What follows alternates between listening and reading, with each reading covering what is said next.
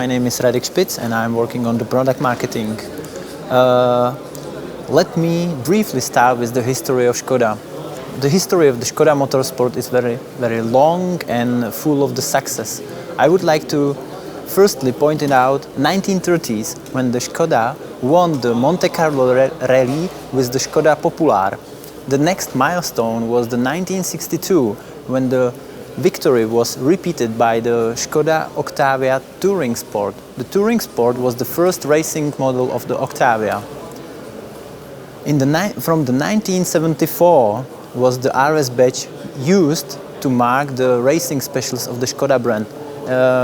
It was already mentioned in the main presentation actually, but for the example it was used on the Skoda 180 RS and Skoda 130 RS Rally. In the modern history it was the year 2000 when the first generation was produced. It started the success tradition which continues throughout the generations until now. As a proof of the success, it might serve the overview of the sales. As you can see, in the case of the third generation of Octavia RS, the sales are 10 times more higher than in case of the first generation.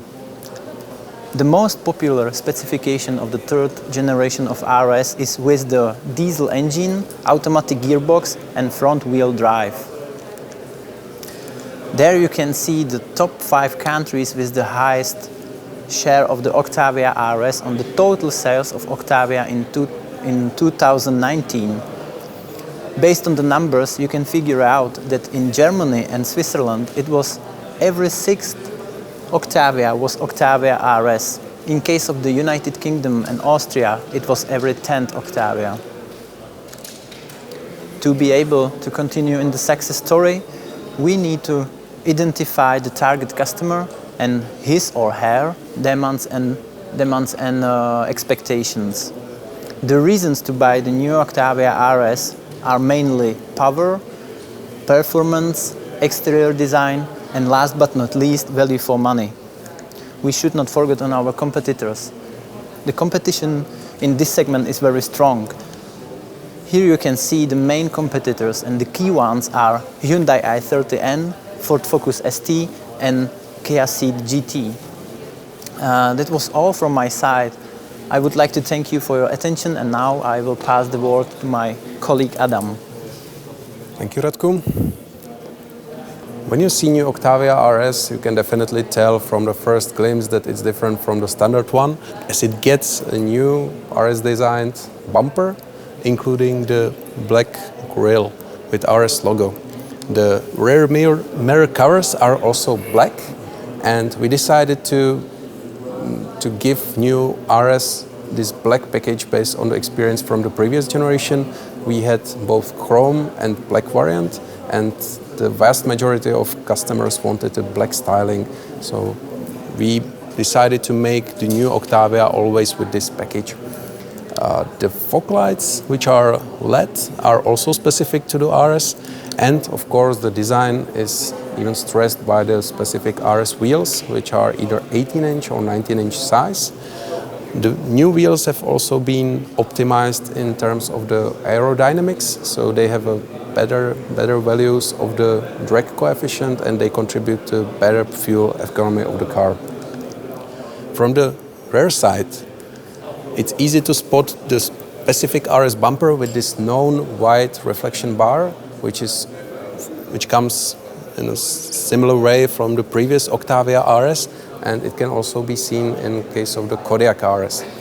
Octavia RS also gets 2 visible steel end pipes, black lettering, so it means black Skoda description, and the logos, and the spoiler, which is also black.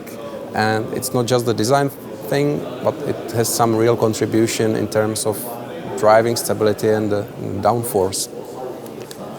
Looking into interior, it's easy to spot a new steering wheel. The steering wheel is 3-spoke compared to the standard Octavia. It has a perforated leather and RS logo.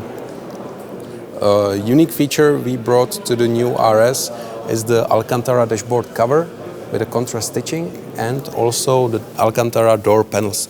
No other Octavia has this feature, so it's unique to RS. RS always gets also the RS specific graphics, and it's also always digital. You also get the stainless steel pedals and footrest. And if we see the dashboard in detail, RS always has 10-inch infotainment with specific RS HMI or the RS design. The dashboard decor is also specific with RS carbon-like design, and it's underlined by the ambient lighting. Of course, for RS you get always the sporty seats. The basic one, the fabric, as you might have seen here in the car shown, are also can be changed to the optional version, which is Alcantara and leather. These seats are also ergonomic. What does it mean? They have this adjustable seat length, and they have a massage function in the back footrest. So this is from what you can see in RS with your own eyes. Now we have some more interesting features under the bonnet. When we talk about the technology, we definitely need to start with the engines. For the first time in history, we have 3 different concepts for the new RS. The first one is petrol, a new evolution of the 2-liter TSI engine with 180 kilowatts. Then a new Evo diesel. You have already heard in the previous presentation about the new Evo diesels. So this is the top version of them. It has 147 kilowatts and 400 newton meters. And for the first time in history of RS, we have the plug-in hybrid. It has system output of 180 kilowatts and 400 newton meters. In addition to that, RS gets also the performance brakes. They have front disc in size 340 millimeters and the rear is 310 millimeters. Every RS has a sport suspension. It means you always get the multi-link rear axle and specific dampers and springs. These are with RS characteristics and fit to every variant based on the weight of the car and the power. For the TDI and TSI, we have a lower ride height by 15 millimeters, and for every version you can get the optional DCC suspension, which has the electronically controlled adaptive dampers.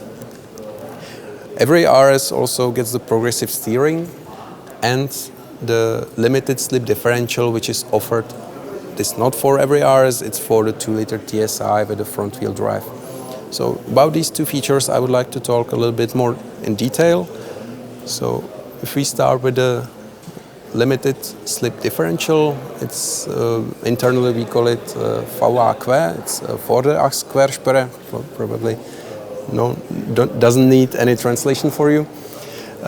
It's based on the 6th generation of electro-hydraulic multiplate clutch, which using the integrated control unit allows us to link the planetary gear with the differential cage and do the predictive torque management on the front wheels.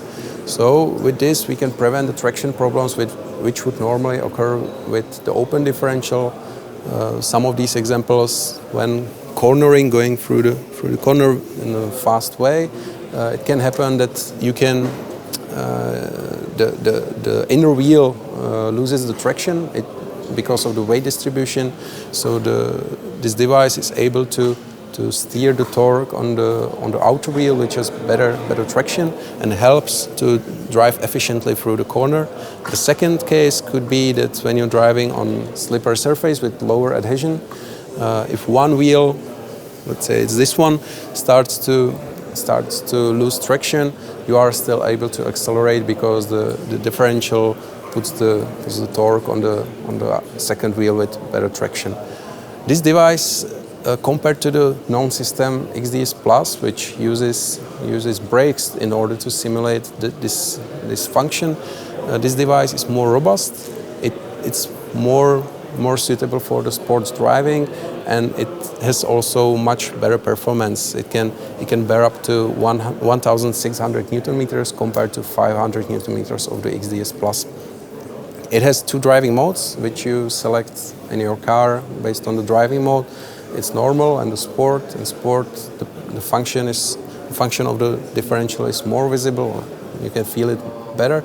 And as I said, it has a predictive function as well. So in situations where you still not lose the traction, but you might. The differential can be active even before some problems occur. The progressive steering. This is a function or equipment which gets every new Octavia RS, and compared to the standard one, it's different in two ways.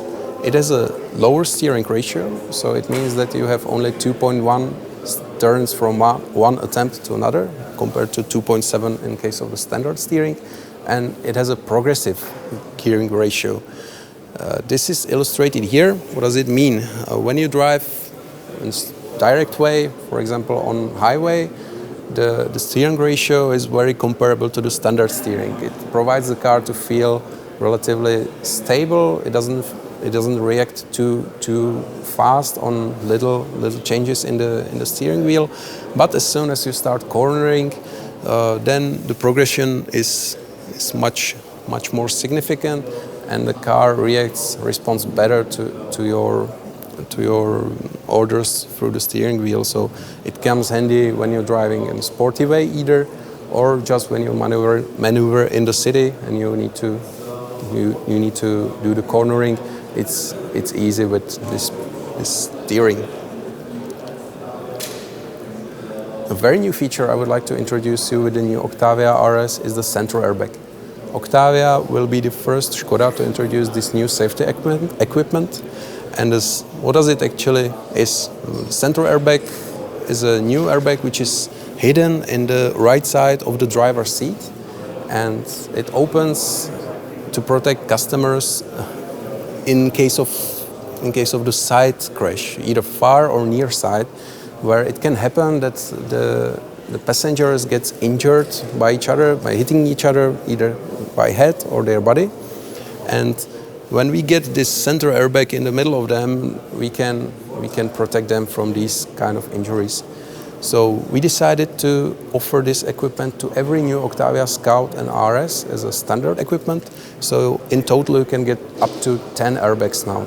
For the remaining Octavias, we will offer this equipment as an optional, and it will be available at the end of this year. So I'm almost at the end of my presentation. To sum it up, the most important facts: the new RS will come with 5 different powertrain options.